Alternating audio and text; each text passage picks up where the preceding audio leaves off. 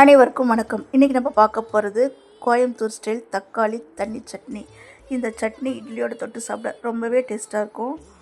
அது எப்படி செய்யலான்னு பார்க்கலாங்க. அதுக்கு முன்னாடி என்னோடய வீடியோ உங்களுக்கு பிடிச்சதுன்னா லைக் பண்ணுங்கள், ஷேர் பண்ணுங்கள், சப்ஸ்கிரைப் பண்ணுங்கள். நீங்கள் கொடுக்குற ஒவ்வொரு லைக் அண்ட் சப்ஸ்கிரைப் கண்டிப்பாக என்னுடைய வாழ்க்கை தரத்தை மாற்றும். நீங்கள் எனக்கு வாய்ப்பு கொடுக்கல, எனக்கு ஒரு வாழ்க்கை கொடுக்குறீங்க. So please like, share and subscribe my channel cook for my செல்லம். இப்போது இதில் 6 to 7 தக்காளி, அதாவது ஒரு அரை கிலோ தக்காளியை நல்லா தண்ணி ஊற்றி, தக்காளி முங்குற அளவுக்கு தண்ணி ஊற்றி மூடி போட்டு வேக வைங்க. தக்காளியில் இருக்கிற தோல் பிரிஞ்சு வரணும், அந்த அளவுக்கு வேகணுங்க. எப்படி ஒரு 5 minutes ஆகும். தக்காளி மீடியம் ஃப்ளேமில் வச்சு நல்லா வேக வைங்க. இப்போ தக்காளி தோல் நல்லாவே பிரிஞ்சுட்டு வந்துருச்சு. ஸ்டவ் ஆஃப் பண்ணிவிட்டு தக்காளியை தட்டுக்கு மாற்றிடலாம். மாற்றிட்டு தக்காளியில் இருக்கிற தோலை ஒவ்வொன்றா பீல் பண்ணி நம்ம எடுத்துடலாம். நல்லா ஆற வச்சுட்டு மிக்ஸி ஜாரில் ஃபஸ்ட்டு இதை போடுங்க. போட்டுட்டு நல்லா பேஸ்ட்டாக அரைச்சிக்கோங்க. தக்காளியில் பார்த்தீங்கன்னாக்கா விட்டமின் சி இருக்குது. இது டைஜஷனுக்கு, இந்த தக்காளி சாப்பிட்டா நல்லா டைஜஷன் ஆகும். குடல் இயக்கத்துக்கும் ரொம்பவே ஹெல்ப் பண்ணுது.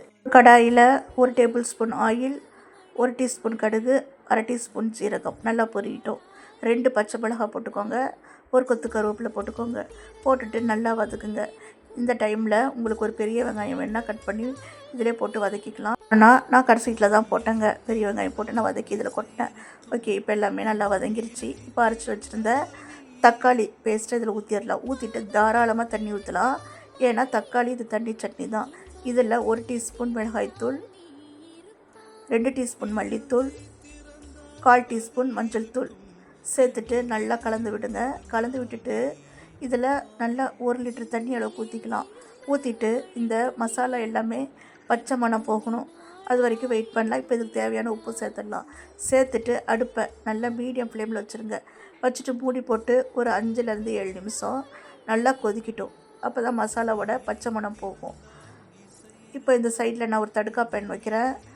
ஒரு 2 டீஸ்பூன் எண்ணெய் ஊற்றிட்டு ஒரு பெரிய வெங்காயத்தை நல்லா வதக்கி இதில் சேர்த்துட்டேன். அவ்வளோதாங்க. கொத்தமல்லி இதில் போட்டு ஆஃப் பண்ணிடலாம். சூப்பரான தக்காளி தண்ணி சட்னி ரெடி. இது இட்லிக்கு ஊற்றி சாப்பிடுங்க, தொட்டு சாப்பிடாதீங்க, அப்படியே பிசைஞ்சு சாப்பிடுங்க. ரொம்பவே டேஸ்ட்டாக இருக்கும். நன்றி, வணக்கம்.